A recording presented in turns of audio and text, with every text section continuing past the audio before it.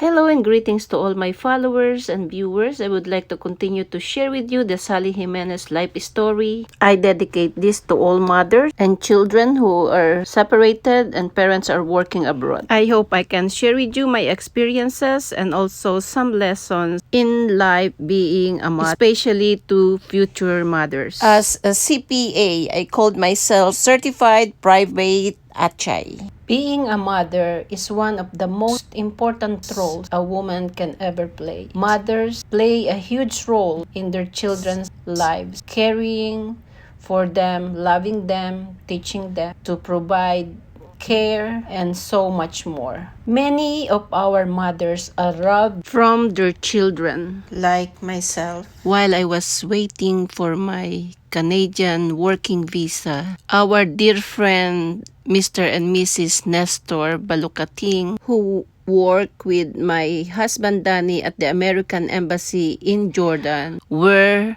employed in this home for many years also. But when the time they got their green card, they found a new job just on time that I came to New York as tourist, and they helped me work with this employer, and it is a full-time job. Before this job, 1 week after I arrived in New York, a couple, also our friend from Jordan, Mr. and Mrs. Lopez, helped me find a job as a nanny temporarily.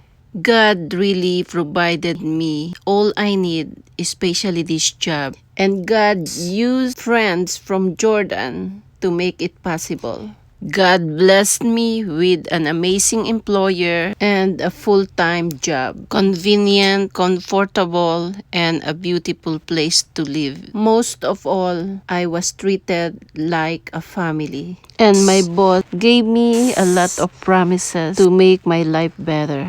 It took me months and months to wait for my visa approval to Canada, and my work went well. At the same time, my tourist visa in USA is about to expire. My boss was ready to sponsor me on that time while my visa was still valid. He accompanied me to his immigration lawyer, and because I was waiting for my Canadian visa and I have no plan to stay in America, I refused him to sponsor me. I know in myself that if I will stay in America, it will take years and years to bring my family to be with me. But in Canada, since I have my working visa, I can only stay there for 2 years straight, and I will be a permanent resident, and I can get my family as soon as I get my residency in Canada. When my employer in Canada called me that they need me soon, that is the hardest thing to do and to decide how on earth I can resign and how can I tell this wonderful boss that I'm leaving the job. I had many sleepless nights thinking what to do and how can I submit my resignation. When I finally made my resignation, but I was not able to give it to my boss, so I kept it for a few days in my pocket. All the time I want to give it to him, he will promise me beautiful things like he will give me a car, he will get my kids and my husband, build our life here in America, and it was very hard. I was confused. I don't know what to do. It was a lot of pressure on my side because this is the future of my children and my husband and myself. I remembered my promise to my son that I will get them in 6 months. And my US tourist visa is about to expire on that time, and the clock is ticking. My employer in Canada asked me to go to Canada as soon as possible because my visa was ready. And they need me. It's like a matter of life and death. So it was not easy for me. It was too much pressure for me because I have very little time to decide. But only one thing I can do, to trust God and ask Him to give me a sign if He wants me to stay in America. And when I had a chance to give Him my resignation, I put it in a basket with His food, and I ran to my friend who is just living few minutes drive away from where I work. And this friend is also from Jordan, where I usually take my day off every weekends for many years. As soon as I arrived at my friend's house, the phone rang and it was my boss who asked me to come home so we can talk. When I arrived home, we have a very serious conversation and I told him that I really can stay because my employer in Canada are waiting for me. So he said that I treated you like my daughter and then you will just leave me.